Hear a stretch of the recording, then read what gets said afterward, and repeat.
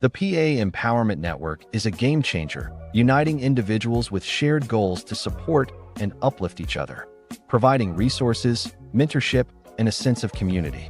Empowering people means giving them the tools and confidence to thrive and create positive change in their lives and communities. Good evening. Another show. We're ready to go again. My name is Kendall Stevenson, and welcome to the Empowerment Show on the PA Empowerment Network. So we always like to say we want to give grace or be thankful for something. And again, I'm always thankful to be in this platform. And every day that I wake up and take a nice breath, that's always something to be grateful because there's so many things that can go wrong between the time you go to sleep and the time you wake up. So without any further interruptions, let me introduce a brother to you. And his name is Maurice Muhammad. Now, Maurice Muhammad is running for auditor for Coolburg Township. Can you hear me, brother? Yes, sir. Can I be All heard? right. All right. All Yeah, right. no, we good. We good, man. How was your All right. weekend? Not bad. Not bad. It was a All right. little I'm light. a, I'm a, Nothing too heavy. I'm a little pissed off at the Knicks, man. Very disappointing. I tell you, Mm, I'm straight from New York, so those Knicks, they really pissed me off. All right. it's So like that sometimes. yeah, so you're running for auditor of. You want to break that down to me? Cool by yeah, running for cool by auditor. Um, it's one of four cool by auditor slots. Um, townships, diff, different townships have them broken down into uh, different categories, and this particular category is broken down into one, two, three, and I believe four. I'm running for three, which is a 6 year term. And it is a 6 year term. And an auditor is just basically what an auditor does is they're responsible for auditing, just auditing the funds and making sure that the money that comes in goes where it's supposed to go. So, um, so I've been in, that is pretty much the role of what the auditor does. It's a position it's an elected position. You have to vote, and you be voted in by your constituents, and so it's an elected position. Um, so I have won the primary, so that means that I will be on the ballot for um, November. Say something So about him. it is a quick question I want to ask. What makes you qualify for the position? So I've been in real estate since 2020. Actually, since 1997, I've been licensed since 2000. I purchased my first piece of real estate in 1997 and got into business of managing property based on my own property management. So I took the real estate course and I realized that it was more than just a real estate class and it was a business class. I've been self-employed all my life, so I've really been in the service business all my life. So I've Mhm. been a barber. I had a barber shop for over 13 years. I've been a licensed barber in Pennsylvania and New Jersey, still licensed. I keep my license active.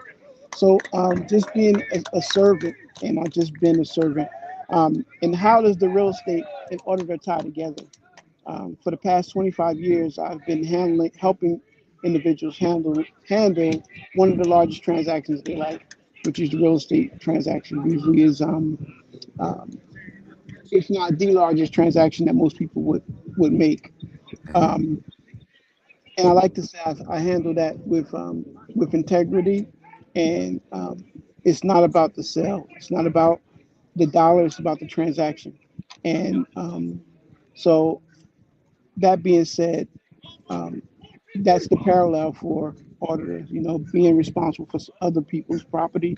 In this Mhm. case, it's going to be the property and the funds of Cool by Township. So, um, The taxes. taxes, yes, yes, yes, So yes. you're like the tax collector. Give me the No, not tax. not the collector. There's an office for the collector. The auditor is just responsible for auditing, and if the book says $10, the auditor looks at it to see that it says that it is $10. Just as an example. But audit, and it's in the name, audit. Auditor, Mhm. listen and compute. We're the auditor. We're going to look, listen, and compute the data. Really to kind of put eyes on the data and make sure that it does what it's supposed to do or what it says it's going to do. Yeah, it's all about the data. It's always all about the numbers, as they would say. But you know about that. You want to be an auditor. So, what's the passion? Where's it come from? Serving, man. I watched my grandmother growing up. I watched her always be a person of service. I grew up in. Um, my grandmother's house was the house that people would be able to come to. It was the open house. You didn't have a place to stay. She made it possible for you to eat, have something to eat. It was just, I just seen service coming up, and I just have a service and a love for people and to help people because, sometimes well, Muhammad Ali said it like this: service is the rent you pay for um, living here on this earth. So Hmm. two things is I'm a lifelong learner and I'm a lifelong servant. Everything that I've done in business is about service. One of the things that I like to say and use in business and practice is if you if you provide the service, then the money will come. So it's not about not putting the money first, because if I serve you, then it does more than just want to make you give me a paycheck or give me a commission. It makes you want to allow me to be of service to you. I'm a HUD approved housing counselor. Um, I'm a broker 4 times. I'm a broker in 2008 in Pennsylvania, 2006 in Pennsylvania. I went back and got another broker's license in New Jersey in 2013 and added the school to it. So I also teach pre-license education NCE in New York, in New Jersey, and Pennsylvania. So I'm a real estate instructor for a Torchlight Real Estate Academy, all service oriented businesses, serving individuals, helping people to get across that threshold. Um, and the biggest thing, challenge I find is just the fear, man. Often people don't have confidence and they know the material, and it's just helping people to believe that they can do it. So I hope I answered that question. As far as there's a Brother, passion. you answered it the way you answered it. That's your answer. Yeah. I'm a roll the dice and we're gonna go with it. So I understand you also have other ambitions besides being an auditor. So I do. I have ambition to be a MDJ district judge. So I do have that as a passion to become a district judge in these Commonwealth of Pennsylvania. What type of judge? A magistrate. So it's a magistrate judge. Pennsylvania is one of the states that have a lower court judge. Mm-hmm. That Okay, seems like we lost Mr. Maurice Muhammad, and he says he was running for magistrate judge. And if he tunes back in, I guess we'll pick him up from there. So over the weekend, we've had quite a few things go on, and I did share some things with my brother yesterday. I think I may want to bring it back up again. Yeah, and there was a young lady that she just blew my mind. So I'm gonna let Policies you are listen nothing to but it. anti-blackness on steroids. Trying to end diversity, equity, and inclusion and bring back segregation. This America wants to make America Jim Crow again, and then some.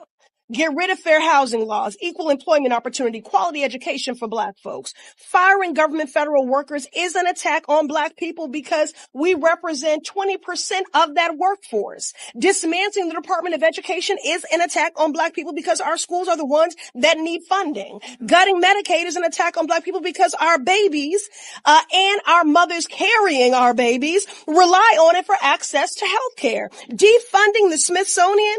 Have y'all read that executive order? He actually says in the language that race is biology and not a social construct. That is the same belief system of the Ku Klux Klan. From H.R. 40 to reparations now, to Tulsa, to slavery remembrance, Congress has a duty and an obligation to confront past wrongs and the centuries of enslavement, violence, and discrimination against Black people. We are in a moment of anti-Blackness on steroids, and we refuse to be silent. We will not back down in our pursuit of racial justice. The antidote to anti-Blackness is to be pro-Black, and we will do it unapologetically. The United States government owes us a debt, and we need reparations now. Always, we need reparations now. That I do believe in. I do have another little skit that I want to talk about. The things that are going on in Africa, especially in that country called Burkina Faso. Don't know how many of you guys have actually heard of it, but it's a small little country, and it's in Africa. But these people seem to be doing a lot of great things. The president of the country, he is doing, as I said, great things. So I'm looking forward to see what he's going to be doing next. But there are a lot of things going on in the country. The man stands up for himself. He's not the type of guy that won't stand up for himself, because he stands up for himself, and he stands up for his people. And he'll let you know in a minute, man. It's not all about that. We're you know, write the truth. You say Russian mercenaries. Well, what is like I said, the brother speaks the truth about a lot of things. And unfortunately, every time we seem to get a leader that wants to lead and not just want to take over or just want to be an oligarch and just take all your money and take all the money from the poor people, he doesn't want to just do that. You know, he actually trying to do something for the people of the nation of Africa. To different countries. He's trying to bring them all together. And I really don't see a problem with that. But it seems that other people do. So I'm going to try to get him in there for you. I believe I put it up there. All right, you know, let's listen to what this brother has to say. You don't write the truth. You say Russian mercenaries. Well, what is French Légion étrangère? Aren't they mercenaries? What is American Blackwater Academy? What is British G4S? What is Israeli Black Cube? They are security companies. Wagner is a threat. Why? Because Wagner isn't yours. And the terrorism issue? Who created this terror? Who founded Al-Qaeda? 1980s, Afghanistan, CIA, Pakistan ISI, Saudi money, against Soviets. Bin Laden was CIA's man. You called them freedom fighters. Who supported Taliban? Again, you. Heroic mujahideen against Soviet occupation. You gave weapons, gave money, gave training, then you lost control. How was ISIS born? 2003, Iraq invasion. You toppled Saddam. You disbanded the army. You banned Ba'ath Party. You tortured in Abu Ghraib, and those people became ISIS. Then Syria. You said Assad must go. You said moderate rebels. You gave weapons. Those weapons went to ISIS, went to al-Nusra. You destroyed Libya. Who looted Gaddafi's weapon depots? Where did those weapons go? To Mali, to Niger, to Burkina Faso, to Nigeria, to Chad? Who strengthened Boko Haram? In 2009, Nigerian police killed their leader Mohammed Yusuf. Extrajudicial execution. What did you say? Nothing. Where were your human rights organizations? Silent. Hello, I'm Chantel Davis from Willie Mae's Place and Legacy Vines Winery, located in Gilbert, Pennsylvania. We're the only restaurant and winery experience where we pair delicious homemade scratch kitchen Southern comfort food with delicious homemade wine. All of our tastings will include some type of food and wine portion pairing, so definitely check us out. You can visit us at williemaysplace.com, legacyvineswinery.com, and also follow us on our socials, Willie Mae's Place Restaurant. Hope to see you soon.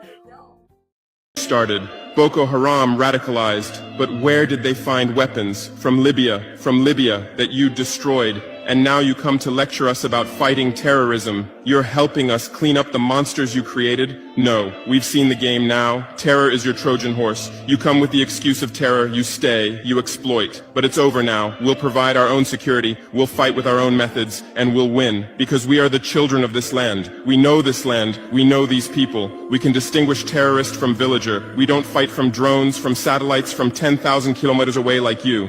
And we're winning. In Mali, in Niger, in Burkina Faso, terror is ending. Villages are safe. People are hopeful. Because now our own army, our own police are fighting, not for foreigners, but for the people. But you can't digest this. You say democratic backsliding. You say human rights violations. Which democracy? Which human rights? How many people are detained without trial in Guantanamo? What happened in Abu Ghraib? Who did you kill in Bagram? Who did you torture in CIA's black sites? Why is Julian Assange in prison for exposing your war crimes? Why did Chelsea Manning spend years in prison for leaking the truth? Why is Edward Snowden a fugitive for revealing you spy on everyone? And you lecture us about human rights.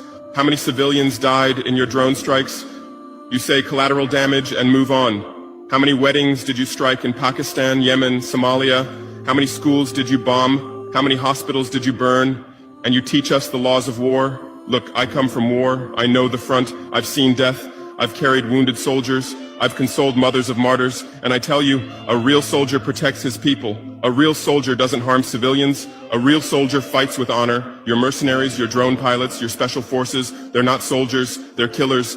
They kill people by pressing buttons from 10,000 kilometers away, then go home and play with their children. We don't fight like that. We look our enemy in the face. We protect civilians. We fight with our honor. We die with our honor. And we'll win. Because the righteous win.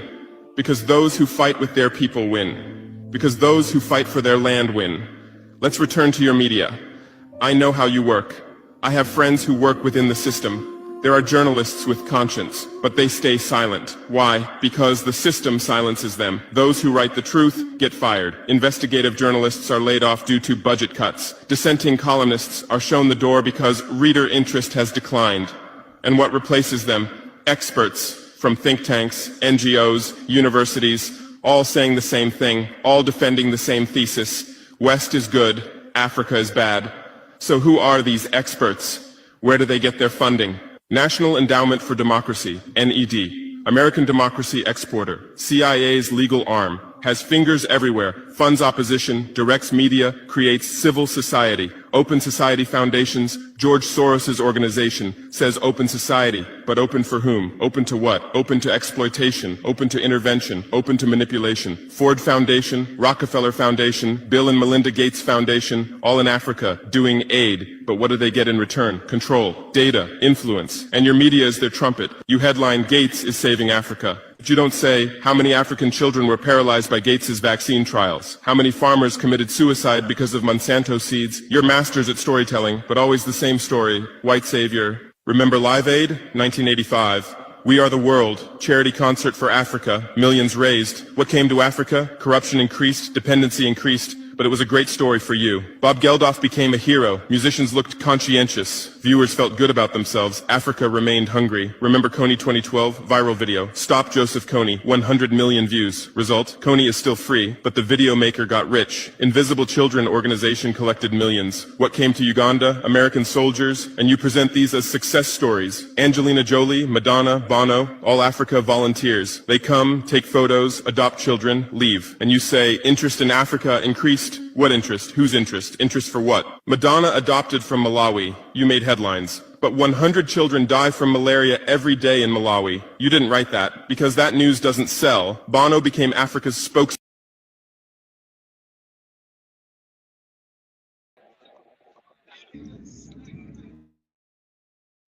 There you go. Wow. Seems Oh, like there we go. there you Yeah, I go. can hear you. There we go. I had to throw a little something on in between your absence, so I decided to throw that on. There's a I don't country know what called happened. Burkina Faso, Yeah, and I'm that brother familiar that with was it. on, his name is Yeah, Ibrahim Toure. yeah. Now, this country in Africa, I got a lot of pride. I feel the pride from this young man. The young man is about 30 some odd years old. He kicked all the colonialists out of the country, the French, all of them, took back over all the natural resources of the country. If you live there, you can live there, you don't pay taxes.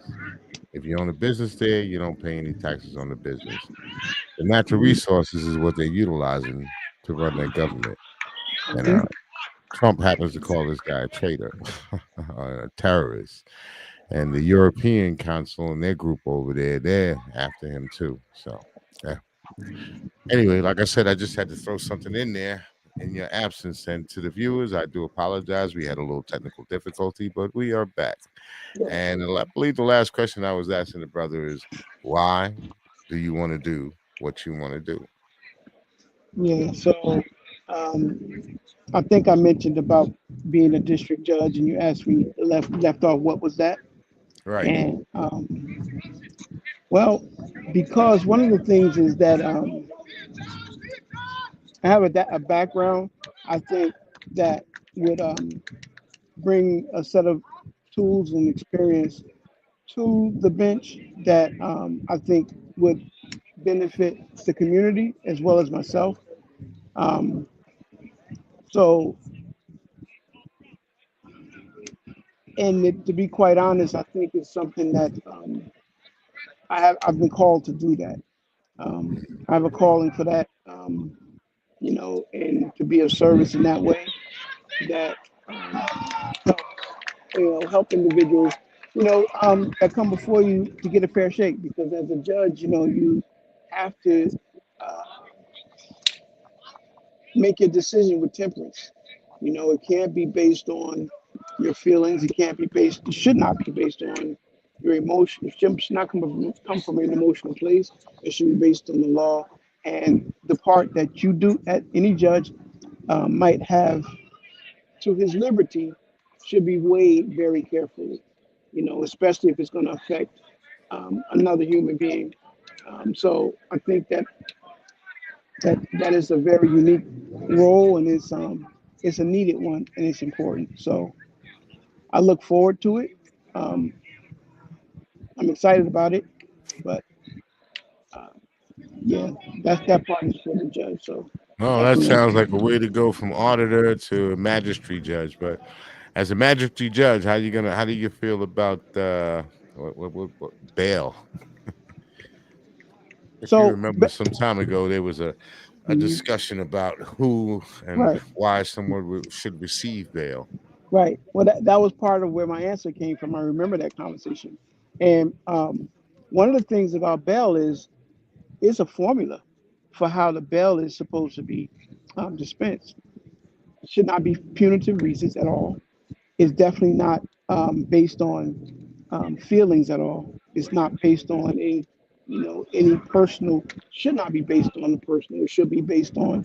There's 10, 10 reasons, at least 10, um, that should be looked at.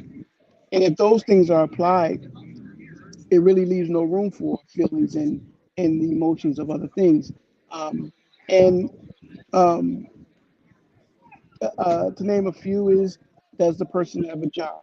Is the person a member of the society, community? Of course, the nature of the charge.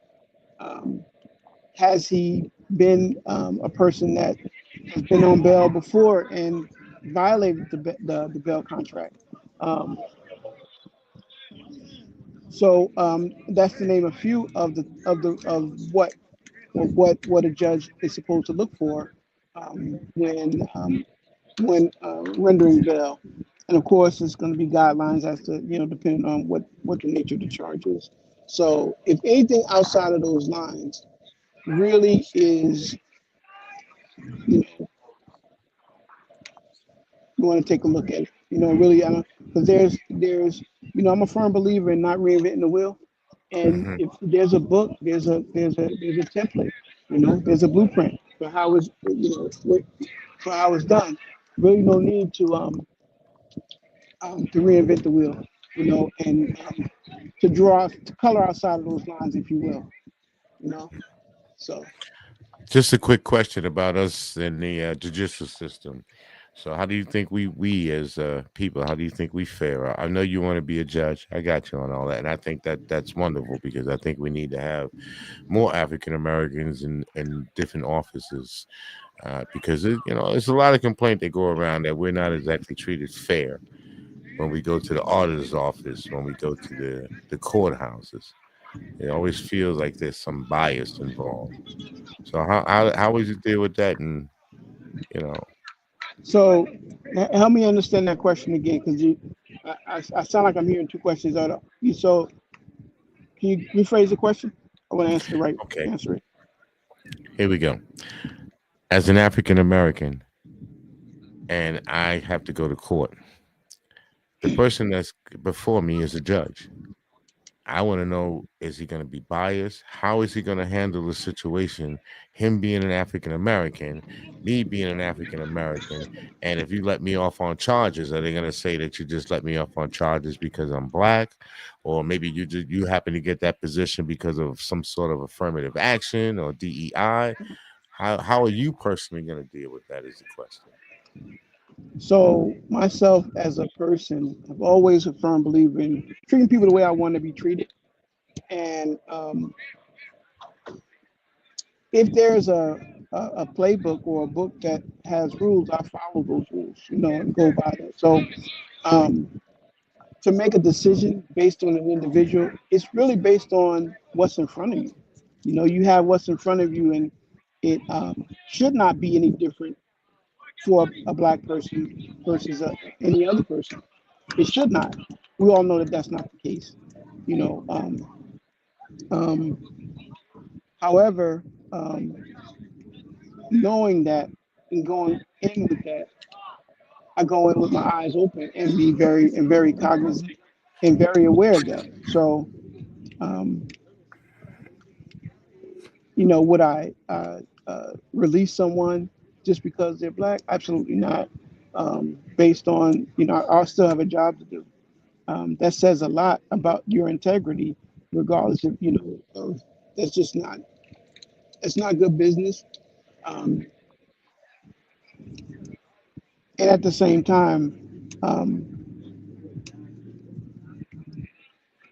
as a judge, you always have to stand up for what's right as well. So if there is something that's not right, that your role to, you have to just stand for it, be able to stand on what's true. Truth stands on its own, and when you present the facts and present truth, you usually don't have to skew outside of those lines. I mean, so I guess if I think I understood and answered the question, but so there's no need to um, color outside the lines um, when it's already a blueprint and treat people how you want to be treated. Right, but I mean you personally, because you may feel you may get some attacks. In other words, people may attack you. They may want to come at you. We don't have many African American judges Hmm. at any level here. So I'm saying that once you win and you get the position, Hmm. I'm just wondering what the backlash is going to be if you should happen to, I don't know, guy Yeah, comes in the court, he's an African American. You think, well, we'll set him some bail.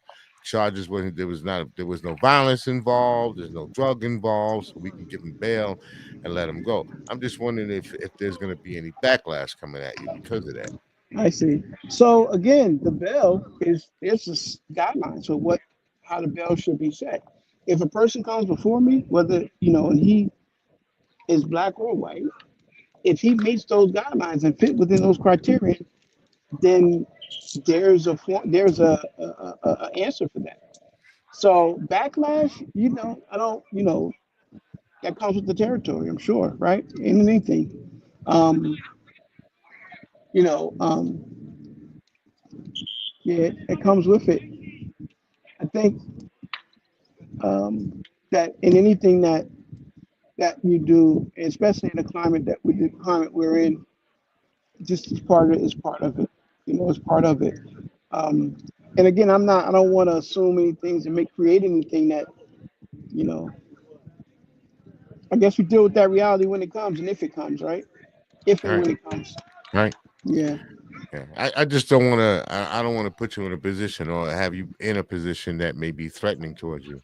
I don't know how these people are, especially you. If you're going to be a judge, how many African American judges do we have? In Pennsylvania? That's a good Well, question. in the area that even the area that we live in, I'm sure there's none. I'm absolutely. sure there's none. So I'm Yeah. saying you would kind of be like the Jackie Robinson, if you want to say, and I just don't want to see people attack you. That's all. And I'm just wondering if they do, how you going to handle it. And I'm talking on a mental scale, Yeah. because I mean you're a good brother. So you may not even have that in mind that somebody's going to come at you a certain way because of the color of your skin and start saying that you're making judgments based on the color of people's skin. They may come at you that way, and I just want you to be able to protect yourself. That's all. Understood. Hmm. All right. Like I said, you're a good brother, and you're definitely going to win. And as we go along, and you become that magistrate judge, I want to check you out then again, especially when you're ready to start doing your campaigning and running. Yeah, I no want to see. problem. I want to see what we're gonna do with that, and see how we're gonna handle that, and see how we can do about getting you in office. You Yeah, got a lot of good people around you. I mean, you got people like Tara Probst and Don Johnson and a few others that are there in your camp. So to me, if you got Tara in your camp, that's like having a million people backing you. So because she's good like that, yeah, and you met Maureen Madden, she's good like that too. yeah. So All good people, man. Definitely good yeah, yeah, people. you'll have a lot of good people that's gonna back you and be on your side. All right, I'm gonna cut this loose. We're past our time. I only do this about 30 minutes or so. Okay. So, Hey, man, I um, thank you. I appreciate you for taking the time and having me on your platform. Definitely an honor, and I'm grateful. well, Yeah. I really appreciate you coming on. I'm sorry we had such a short time and about the technical difficulty that took place, but maybe you could have you back on again, and we'll be a little It'd bit be an more honor. prepared. Look forward to it. Yeah. Right, I won't be right. at a game. I'm at my grandson's game now, so but I won't be at a game. Who's Maybe winning? I don't even know. I haven't been paying attention. I've been engulfed in this, so I haven't got a Right. chance to really see yet. I think You gonna look watch like the they're doing games good though. tomorrow? They look like they're doing good. Who do you have for tomorrow's game? NBA. Who do you got? Who's playing? OKC, Yeah, Indiana. Indiana. And Yep. who's the other? They playing themselves?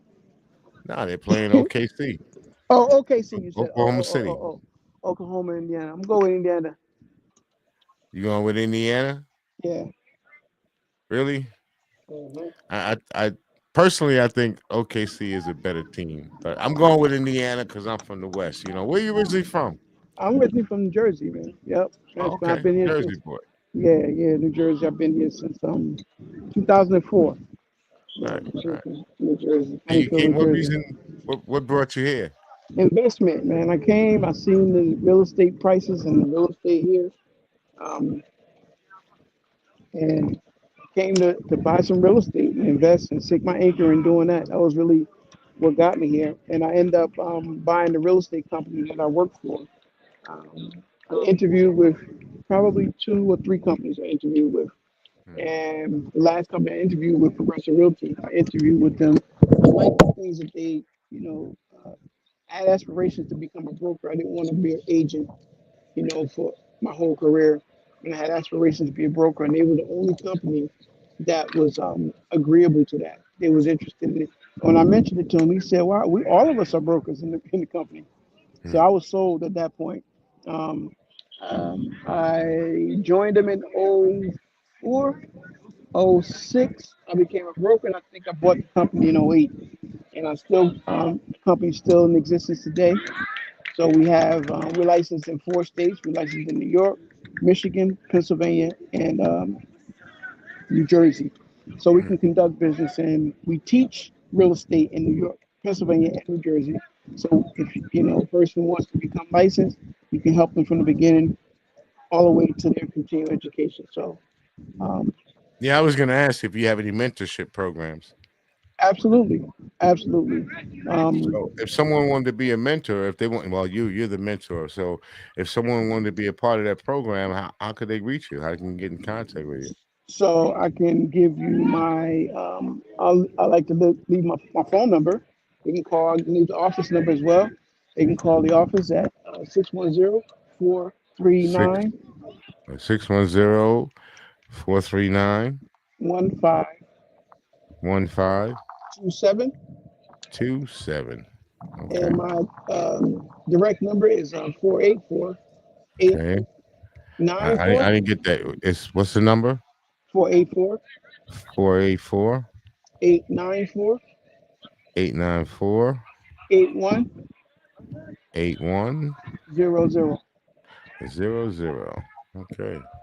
And yep, my email is Maurice at mauricemuhammad.com. I didn't. I'm not that Maurice, fast. understood. Yeah, that's right. Yeah, It's Maurice what? Maurice Maurice at Maurice, again, Maurice. So if anybody want to reach you, they can reach you by calling one of these two numbers or going into your email and check that way. Do you have a website that they maybe want to check? Yes, they can go to MauriceMohammed.com. Yeah, MauriceMohammed.gov. .com. Oh, .com. Okay. Yeah, All right. Well, MauriceMohammed.com. That's your yeah, webpage. And yes, all your sir. information is there about Yeah. the real estate business? So the information is there about mortgages, and you can get access to me through there. Okay. So the real estate, um, contact me about the real estate mentor program. I don't have a site for the mentor program. That's Uh-huh. something specific, but that's a direct conversation that I like to have with someone that's serious about it. Definitely looking forward for mentors. There's a transition happening in the real estate, and as businessman, there's an opportunity Right. for individuals that's serious. But so it's a great time to get into business. I also teach the property management class. We'll be in California in July, mid July. I'll be teaching the property management courses. Um, I'm the past president of RIMBY, which is the Real Estate Management Brokers Institute, and it's an Okay. affiliate of NARAB. It's the affiliate is the property management division of the National Association of Real Estate Brokers. Maybe one day we can I'll come on and talk about that. That's a whole conversation and a topic in itself of why Sure. NARAB Just send me some existed. information so I can do a little research on it, and Okay, this way we can have a conversation about it. absolutely. Look Mhm. forward to it. But I'm more than welcome to. yeah, Okay, so Mr. Muhammad, we're gonna cut this one short, and hopefully you come back on again. Thank you again for being a thank guest, you. and I look please, forward by to it. all means, hit the subscriber button. So when I Will send you do. the link, just make sure you hit the subscriber button and have your people tune into the show. All Will right. I do. know we had a couple of this and that, but primarily this show is a good show. We're a community-based show, and we're all about helping the community and doing what That's we what it's can for the about, man. community. Yeah. That's where So it's at. tell your people, hit the subscriber button and tune in. It doesn't cost them anything to subscribe. Okay. I like to share this on my page. I have Sure. a few Sure. viewers, followers I'm gonna send it through to you, and then time. you can send it where you want once I send it to you, right? All right, appreciate it, Uh, man. All Thank you. right. Good Yeah, I'm talking gonna to you. send it to you in a few minutes. I'm gonna send it right to your phone, and I guess when you click on, then you hit the share button, and then you share it to whom you want to share it to. Okay. Right Peace on. to your viewers. Thank you. All right. Peace. My name is Kendall Stevenson. This is the Empowerment Show on the Empowerment Network, and we have come to an end of the show. And always be yourself. Everybody else is taken, and peace to the world.